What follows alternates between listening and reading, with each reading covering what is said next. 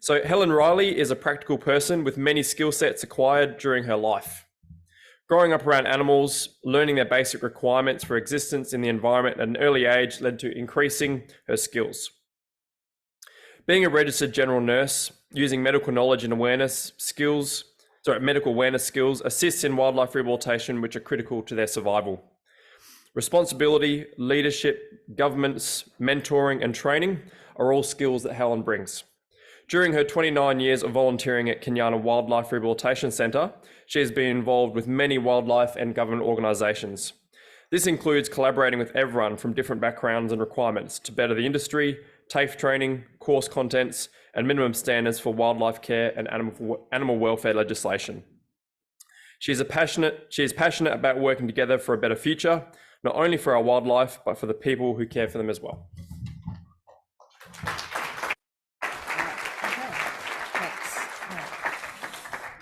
Okay, thank you and welcome everybody.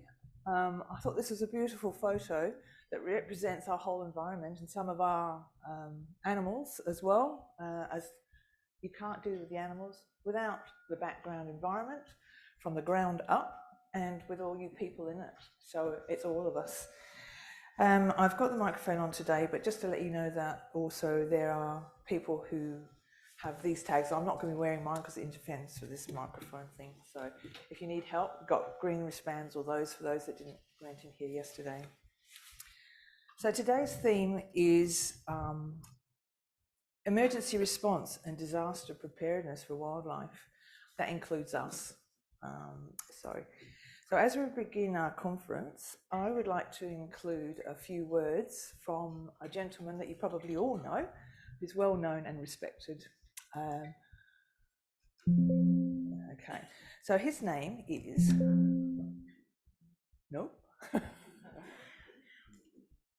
David Suzuki. So he is a very well respected and well known person for all areas. Okay, hang on. There we are. So he's a grandfather, an activist, scientist, an emeritus professor of genetics at the University of British Columbia.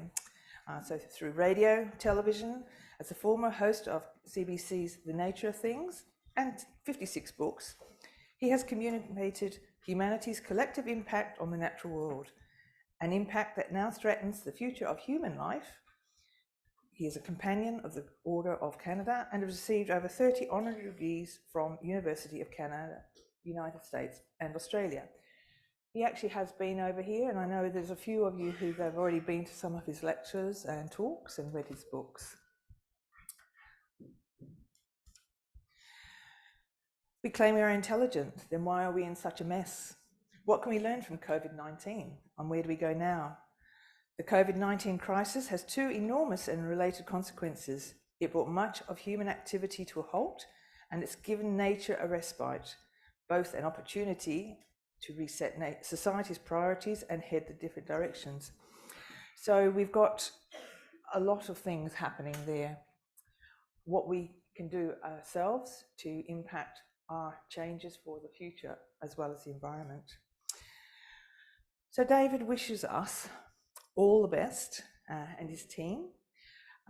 He couldn't be with us today because he's got a well-earned summer holiday, and my holiday coincided before his holiday. So caring for yourselves includes your holidays and your breaks, as well as your hard work and your other 6 other lives that you contribute to looking after wildlife. So it's not just about the wildlife. If you don't look after everything else, you can't look after the wildlife. And you need to be prepared for all those. So emergencies are really highly stressful, and you need to recall everything that you can and use your energies for those purposes. So we have another little special thing for you today. Emergencies are quite distressing for all sorts of things, but there's also the distress of losing people that we know, that we've loved, we've worked with. And for this year, in one of our memorial things, we're actually going to do a Dr. Jim Pollock inaugural Inspirational People's Choice Award. So this will be something that towards the end of the conference, you will be given a digital voting choice. So think about all the talks that we've had over the weekend that you can use as an inspiration for you, and this award will go to that person and their presentation. So for a brief background to introduce Jim, to those of you who don't know about him, Jim wore many hats in his life. Family was important and he enjoyed many hobbies. He was a very capable, practical and innovative person who encouraged education and learning through experience, as well as working with and involvement with communities. From jackaroo to vet, jack of all trades in between. He worked with the Queensland Department of Primary Industries while studying to become a vet. In the early days at Burke, he proceeded to build a vet practice at Burke in a 2-room shed with a concrete floor, where he built a stainless steel surgical table, and moved to Bowen, where he began his own vet practice under his house while still working as an inspector at the local meatworks. He started rural clinics at Proserpine and Collinsville, where he spent a day a week providing vet services to the community. So that was travelling out to those communities to provide it.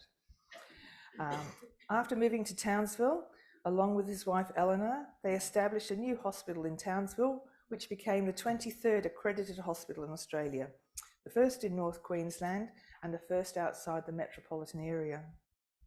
Jim was also an author of several papers and came up with medical regimes that would help with diseases he found in possums and other wild animals. A well-respected man, Jim lived his life to the fullest. He was involved with conferences from the beginning and was a great inspiration to many who attended. So in recognition of his contribution to the industry, AWRC would like to present an inaugural Dr. Jim Pollock's People's Choice Award for the most inspirational presentation. So just keep that in the back of your mind apart from the fact that everybody is all inspirational, it's really going to be very, very difficult, I think. So along that, we're here as representatives from all aspects of our wildlife and organisations, from the lonely person at home doing it by themselves up to great big government things in the industries. So the rebuilding the communities is really important to coming together to that. I recently met a very knowledgeable, I suppose, and busy person, and that came together as well. I know a couple of you have already seen him and met him, and he's written a book, but he's actually Dr. Matt Morgan, who is a human vet, intensive care vet, who's travelled a lot. He's got a young family, and he's written a book called One Medicine, and it's learning from animals how that they can treat diseases in intensive care people. So like, you know, how does an animal live deep down without any access to the sunlight in their intensive care situation? How does it respond to nerve repairs, etc.? It's quite an interesting book, but we can learn from the animals. We are animals ourselves, but we're just in a different form.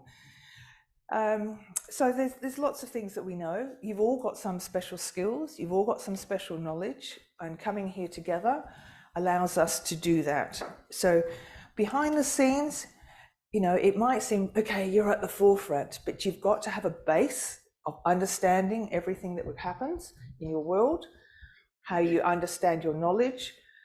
It's no good aiming for really good outcomes if you don't know what's at the base of it. Your problems are problems, always. They never go away. You just have to work out different ways to solve them. So because you're all individuals, you've also got a different voice. Now, I'm not talking about the voice, referendums, Johnny Farnham's voice, anything else. It's just your voice. And your voice is important to how you create your caring for yourself and for your wildlife and your interaction with others.